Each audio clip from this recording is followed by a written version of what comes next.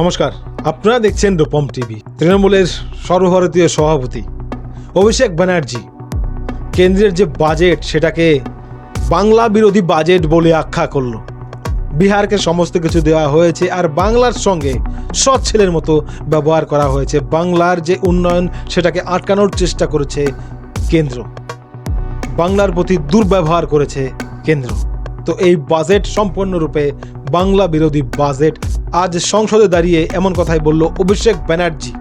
2014 সালে যবে থেকে বিজেপি ক্ষমতায় এসেছে তারপর থেকেই আমরা দেখেছি মমতা বন্দ্যোপাধ্যায়ের দল বিজেপির সঙ্গে সংঘাতে গেছে।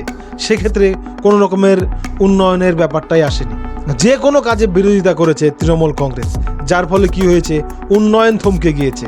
ক্ষতিটা হয়েছে আমাদের মতো সাধারণ জনগণের।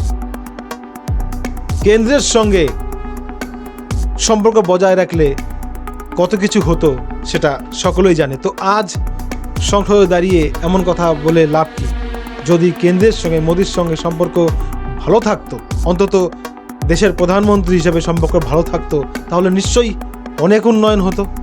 আপনারা সব সময় বিরোধী করবেন, তাহলে তার ফলটা তো আপনাদের পেতেই হবে। আর তাছাড়া সমস্ত রাজ্যে যা যা দেওয়া হয়েছে বাংলাতেও তেমনই কিছু দেওয়া হয়েছে।